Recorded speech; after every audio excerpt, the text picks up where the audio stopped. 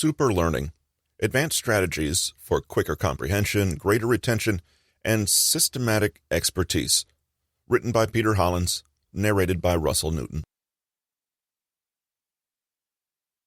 Learning has never come easy for me, which explains my standing as a mediocre student from kindergarten to 12th grade and through college.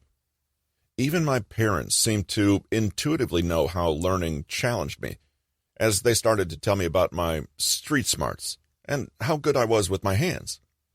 I assumed this was just so they could find something to praise me about because they didn't have the opportunity to do so with my grades. It was never something I struggled with or felt bad about, like other kids might. I suppose some might have seen other people at the top of the class and become frustrated and jealous. I just felt that everyone had something to contribute in their own way, and that grades weren't necessarily a measure of my worth. I know, that's pretty insightful for a child, but in many ways, it was also incredibly misguided. It turns out I was right about grades not being important. Life is partially about whom you know, but once you get there, it starts becoming a meritocracy. The concept of learning, the ability to understand, recall, and use new knowledge, well, that's something that truly begins to matter and can make all the difference in your career, relationships, and happiness. In fact, it becomes the backbone of where you end up, though you might get a leg up on where you start. If you can learn quickly, you can effectively walk the walk before anyone catches on that you were bluffing the entire time. You can discover opportunities you would never see if you were stuck, unable to understand something. And you generally have the ability to steer your life in whatever direction you want, because your ability to learn is your only barrier to entry. This was never more apparent to me than at my first job. I had a coworker named John, and I started a few weeks before he did. It soon became clear that he'd lied on his resume and faked his way through his interview, because he had no idea what his duties were supposed to be or how to use the industry-standard software that we were all supposed to be proficient in. At first, I was angry and wanted to see justice done, but then a funny thing happened. He was an immensely fast learner. He had Post-it notes all over his desk, had notepads full of notes, and he always seemed to be writing sets of 3-step instructions for himself. It was impressive to see his drive toward learning, and within months, he was performing at right about my own level of proficiency with everything he had lacked before. Sure, he may have faked his way in, but at this point, there was no practical difference between me and him. He had learned how to do our job in record time and stayed at the company for years afterward. You could call this a sobering epiphany for how I thought about the processes and value of learning. Processes. It can't be that hard, and there must be tried and true systems people use to learn better. After all, the kids that had better grades than I did definitely weren't all smarter than me, right? Value. Wow, learning can unlock so many doors. I had no idea. It applies to way more than work, and probably to my hobbies and daily life too. Learning will get me where I want to be. So what exactly is learning? Not a technical definition. Learning is how you create the life you want. Learning is the only way to create a better version of yourself. Learning is one of the most fundamental skills you can possess, because if you don't have it, how will your existence change or improve? Welcome to Accelerated Learning, where you can finally learn how to learn. How do we learn? It seems like such a simple question, but decades of scientific literature tend to disagree with that notion. We may simply consider learning an activity where we just started engaging in as babies with no preparation. In our school years, we were the receptacles for a constant flow of information and experiences, and in most traditional settings, instructors measured how well we learned by how well we repeated the information back to them. We had no choice in the matter and simply went along with what was presented to us. This data accumulation and regurgitation almost suggests that learning is an automated process that we can only monitor, not control. In truth, there are factors, limitations, and conditions that affect our ability to learn. Understanding these elements can help you avoid mistakes and accelerate your learning. This book uses scientific principles and methods that will help you learn in a way that works best for you. All mental activities, including learning, are influenced by internal and external factors and conditions. Some factors we can control, others we have to overcome or work around. This first chapter discusses the scientific principles that drive our learning abilities and some of the best practices we can use to expand learning capacity. In other words, we must create fertile conditions for learning. Otherwise, we're sabotaging ourselves. You wouldn't try to learn to ski in a desert, would you? The human attention span. One of the first conditions to learning you must take into account is your attention span. Since 2006, the nonprofit group Technology, Entertainment, and Design, universally known as TED, has produced a series of online videos featuring influential speakers and leaders from all walks of business and life.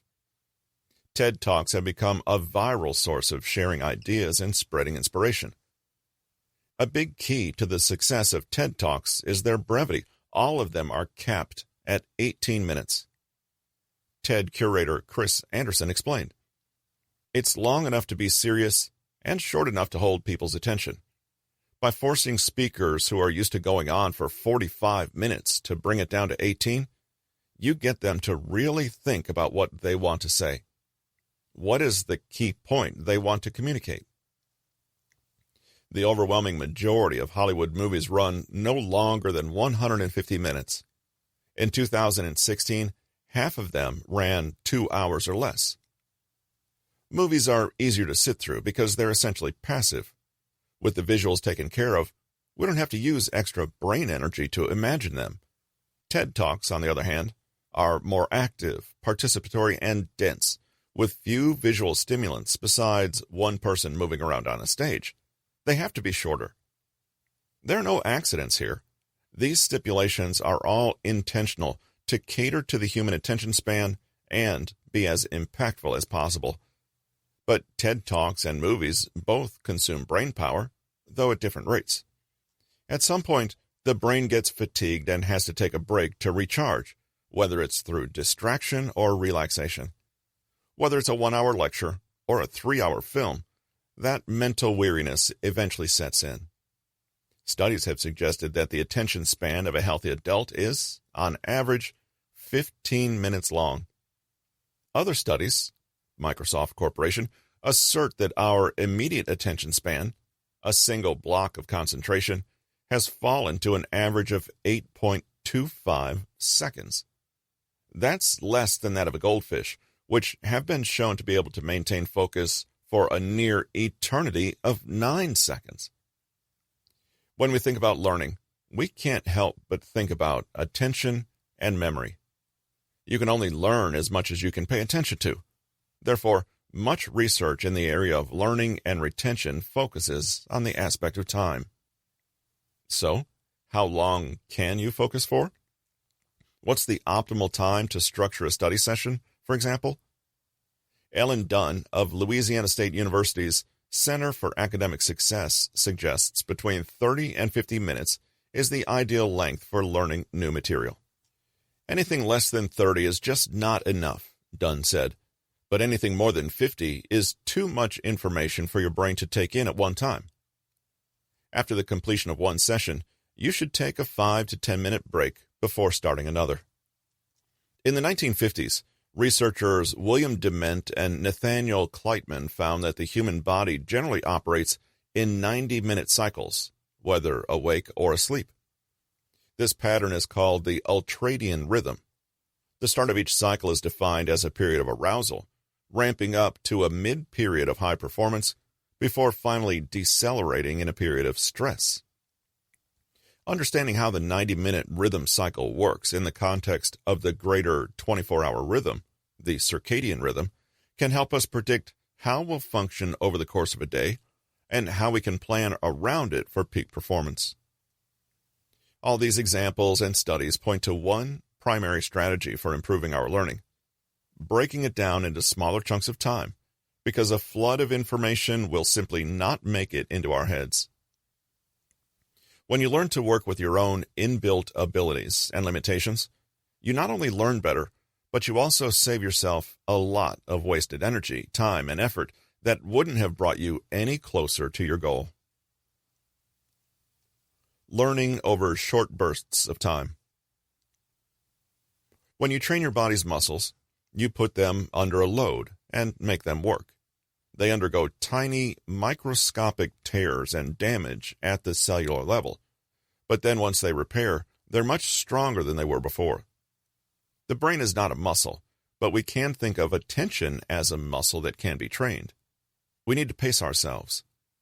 Overtraining only exhausts us, but building in periods of rest actually makes us stronger. By segmenting our learning activities according to blocks of time, we give the brain enough time off to reset and re-energize and enable ourselves to retain more over longer periods. It's therefore a good idea to start a new learning routine by simply setting up a schedule. Long-term planning. At the beginning of a semester, online course, or research project, block out your schedule to set up a studying regimen. You can do this easily with a free online calendar program from virtually all internet providers, or with a paper calendar or whiteboard. Consider what times of day you tend to get the most accomplished. Some of us start the day in high-performance mode, while others are classic night owls. Just make sure to leave ample time for sleep and eating. In fact, there is a scientific basis for whether you're more productive at night or in the morning, summed up by the terms morning larks and night owls. If you're really tuned in to your brain and body, you can get a bit more granular with your scheduling by applying the 90-minute cycle to the calendar. For instance, 90-minute blocks that account for breaks and fatigue. This requires a little more careful introspection and monitoring. But if you can narrow down an even more specific time when your performance abilities are higher, you can fine-tune your learning agenda even further. Learning blocks. You can adapt the 30 to 50-minute study session as dictated by the LSU study for your own purposes. Remember that 30 minutes is enough to make the study session substantial, and that going over 50 puts undue pressure on your brain. So, within your weekly time block, make sure to schedule an attendant break after your core learning time. Again, adjust to what you know your system can handle. Maybe it's 50 minutes with a 10-minute break, or 45 minutes with a 15-minute break. The study session can go down all the way to 30 minutes if absolutely necessary. You can use the renowned Pomodoro clock, which is commonly used for work productivity, 25 minutes of activity, followed by 5 minutes of total removal from that activity. The specific amount of time is not set hard and fast. Whatever it is, it just needs to be a time frame easy enough for you to stick through on a regular basis. Just ask yourself how you might cater to the attention span of a goldfish or even a child. Our adult minds are not so different as we might like to think. Concepts before facts, understanding before memory.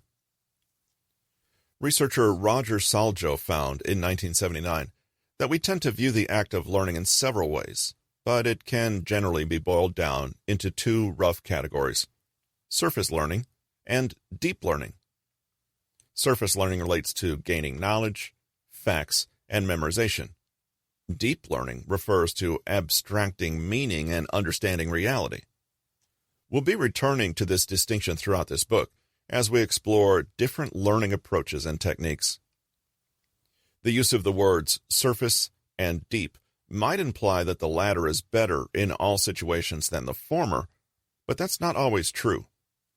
Some subjects are best learned by memorization rather than additionally searching for some meaning to contextualize those concepts. In fact, your brain naturally uses both processes. If I give you a list of 30 random items and asked you to remember them, it probably wouldn't help to ransack your brain trying to find a pattern or relationship between each item. It would waste your time when the task at hand is simple information retention. But more often than not, rote memorization serves to isolate facts rather than connect them. It establishes facts as single pieces of information, and without a grounding context or relationship to a greater concept, it doesn't anchor what you learn. Sometimes this is fine, but as a consequence, what you learn slips out of your short-term memory quite easily. The overwhelming majority of things that can be learned have some kind of pattern, hidden or obvious. These patterns typically are what you most care about learning. Without these patterns, frankly, what you learn wouldn't be useful anyway. Patterns make concepts useful. Without them, facts have very limited and temporary relevance, and would therefore not be important to study in the first place. After all, this is the exact way that the human brain has evolved over thousands of years. Only data that is meaningful and relevant to survival is absorbed, retained, and understood. A typical course of study contains a mix of big ideas with a few details. In that setting, it's always the best idea to start with the big ideas, the overarching concepts that link the little details together. The primary reason is that many small details take on a random quality at first, but when seen through the lens of the larger concept, they fit together and form a context. That makes them easier for the brain to recognize and remember.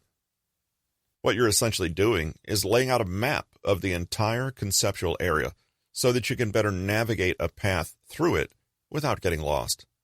In fact, you can often forego a lot of memorization because the concepts themselves frequently serve to explain the facts. Instead of attempting to memorize by rote means, following the concept through to its conclusion will reveal the facts as you go along.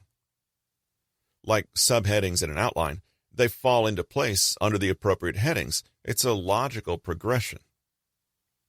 If you understand the governing principles around something, the facts follow organically. In this way, understanding and deep comprehension are always going to yield a better quality of learning than simply memorizing the superficial details without ever connecting them to one another. For example, if you were studying the history of Miranda rights in the United States, you could memorize all the key players, the Supreme Court justices, the lawyers, and the names of the plaintiffs and defendants. You could memorize the dates in the case. You could memorize the vote counts from all the courts involved in the suit and the appeals. You could memorize the names of cases that came afterward. You could even write down the contents of the Miranda rights. You have the right to remain silent, etc. Sounds a bit boring, right? None of those facts would have any relevance by themselves, and we'd have no reason to keep them in memory. In fact, I'm sure you've already forgotten some of them, even though you just read them.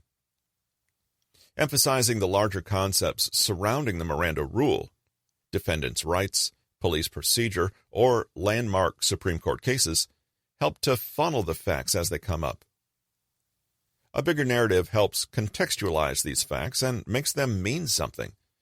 In this context, the brain is more likely to retain the information it actually needs to know about the subject. You would be able to essentially predict the facts with a reasonable degree of accuracy once you understand the underlying concepts and how they interact. True, you may not have memorized certain information, but when necessary, you can logically work your way through the question and arrive at the same answer as if you had memorized it. This is known as concept learning.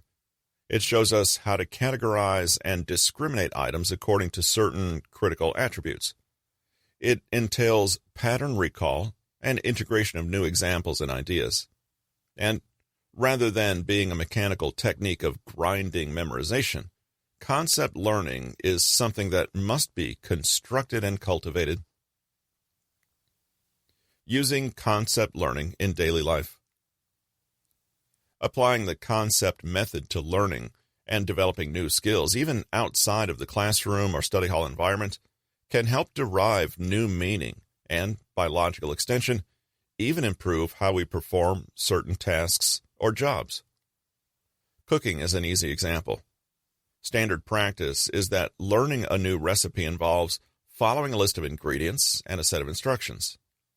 If you're making a tomato sauce for pasta, you can look up a popular recipe on the internet and have it nearby as you prepare it. You can repeat this exercise as often as you like, and eventually you'll probably know the steps well enough to repeat it without a guide. But understanding the point of each step isn't something that comes through in the instructions. They generally don't say why you sweat onions and garlic first, why you bring the sauce to a boil, or why you let it simmer for a time. Understanding that sweating the onions and garlic builds a flavor base, that boiling the sauce distributes the ingredients, and that simmering them bonds the flavors together gives you a better handle on the process of your preparation. Most importantly, understanding those concepts makes it easier to recognize and use the techniques in other completely different dishes, soups, chili, gravy, and even basic broth and stock. Going even further, learning the particulars of the exact scientific processes could open the door to cooking entirely different foods that aren't liquid-based. In other words, any food you can think of. If you simply know which flavors tend to conflict and which tend to complement, you'll be way ahead of the chef who memorizes recipes. You can also adapt and adjust if things don't go according to plan. Because you understand why a certain step exists, you can come up with an alternative if necessary, get creative, or troubleshoot a problem. You become one of those people that doesn't need a recipe because you know more than how to read a recipe. You understand what it means to make good food. This template is sneakily easy to replicate. A small business owner figuring a tax budget is better served knowing the concepts of taxation and how they're distributed. A musician who understands how rhythm works in the context of a song better knows how to program a drum machine. A chess player gets more mileage from comprehending the differences between overall strategies rather than learning where each piece can move. Even a clothes launderer makes fewer mistakes and ruins less clothing by learning how cold and hot water affect colors in variant ways. You get the idea.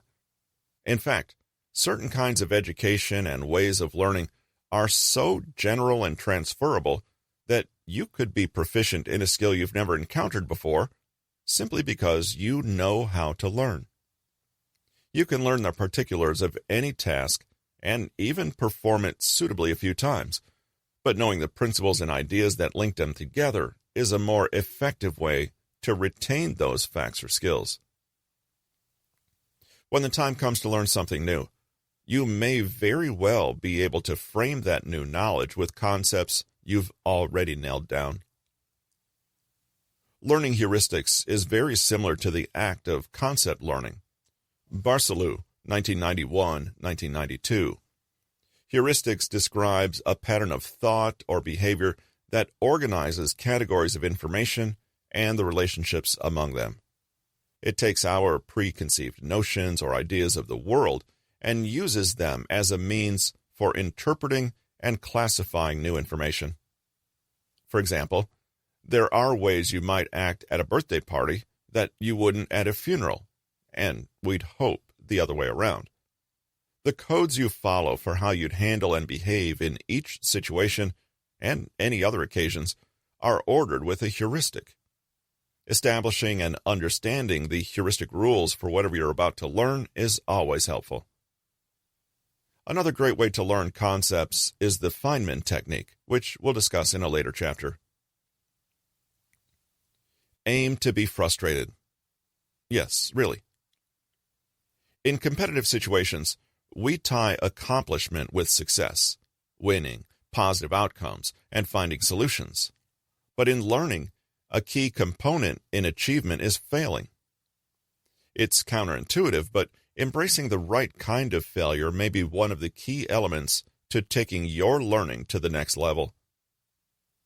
Productive failure is an idea identified by Menu Kapoor, a researcher at the National Institute of Education in Singapore. The philosophy builds on the learning paradox, wherein not arriving at the desired effect is as valuable as prevailing, if not more. Kapoor said that the accepted model of instilling knowledge, giving students structure and guidance early, and continuing support until the students can get it on their own, might not be the best way to actually promote learning. Although that model intuitively makes sense, according to Kapoor, it's best to let students flounder by themselves without outside help. Kapoor conducted a trial with two groups of students. In one group, students were given a set of problems with scaffolding, full instructional support from teachers on site. The second group was given the same problems, but received no teacher help whatsoever. Instead, the second group of students had to collaborate to find the solutions. The scaffolded group was able to solve the problems correctly, while the group left to itself was not. But without instructional support, the second group was forced to do deeper dives into the concepts by working together. They generated ideas about the nature of the problems and speculated on what potential solutions might look like. They tried to understand the root of the problems and what methods were available to solve them. The two groups were then tested on what they'd just learned, and the results weren't even close. The group without teacher assistance significantly outperformed the other group. The group that did not solve the problems discovered what Kapoor deemed a hidden efficacy in failure. They nurtured a deeper understanding of the structure of the problems through group investigation and process. The second group may not have solved the problem itself, but it learned more about the aspects of the problem and the ideas behind it. Going forward, when those students encounter a new problem on another test, they're able to use the knowledge they generated through their trial more effectively than the passive recipients of an instructor's expertise. Consequently, Kapoor asserted that the important parts of the second group's process were their miscues, mistakes, and fumbling. When that group made the active effort to learn by itself, it retained more knowledge needed for future problems. 3 conditions, Kapoor said, make productive failure an effective process. Choose problems that challenge but do not frustrate. Give learners the chance to explain and elaborate their processes. Allow learners to compare and contrast good and bad solutions. Struggling with something is a definite condition that leads to learning, though it requires discipline and a sense of delayed gratification. Helping children to fail? The notion of productive failure can also be seen in strategies for child raising. Does intentionally letting our children fail actually make learning easier for them? Judith Locke of the Queensland University of Technology said that overparenting might keep our children safe and supported, but could impede their growing processes. Locke observed that children raised in a state of helplessness were destined to lead anxiety-ridden adulthoods. Parents who were overly responsive to their children's needs restricted their children's ability to solve problems on their own and hampered the development of emotions they need to cope with future setbacks and failures. In a way, we overparent ourselves. We push ourselves not to fail, work too hard to achieve the desired outcome, and get frustrated when we get stuck or fall short. How can we, so to speak, let failing work for us? Get your brain into growth mode. When we believe that we have all we need to accomplish whatever we want, we're setting ourselves up for disappointment when our process goes awry. This is because we think our abilities are fixed. If we can't succeed based on what we already know or can do, we never will. That makes our disappointments more profound and corrosive. So, at the beginning of a project that seems unfamiliar, we need to tell our brain that we're in learning mode. We need to establish that one of our main takeaways will be new knowledge, not just an immediately successful outcome. Reframe your expectations to make the learning as important as the result. More important, if possible. Document your process. Companies use paper trails, literally or digitally, to determine points or events that altered an outcome.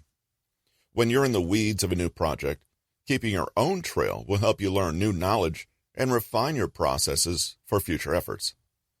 In addition to whatever tools you're using for a project, set up a diary or journal for what you discover along the way. Set this diary up any way you want, whether it's a paper notepad, word processing or text software, the audio recorder on your smartphone, or whatever your preference. Document your process the way a chef would write down the steps of a recipe or a detective would remark upon evidence in an investigation.